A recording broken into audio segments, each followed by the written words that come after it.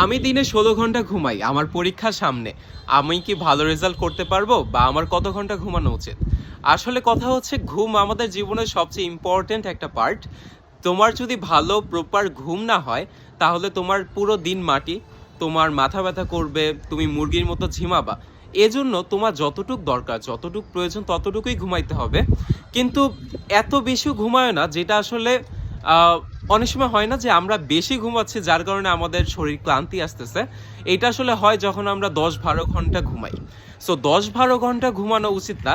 তুমি ঘুমাইলে ধরো 8 ঘন্টা, 9 ঘন্টা, 7 ঘন্টা, এতটুকু একটা মানুষ যদি তুমি ঘুমাও পরীক্ষার আগে, তাহলে তোমার মোটামুটি দেখা যাবে যে একটা ভালো ঘুম হচ্ছে এবং ফুরফুরা মেজাজ নিয়ে পরের দিন পড়াশোনা করতে পারবে।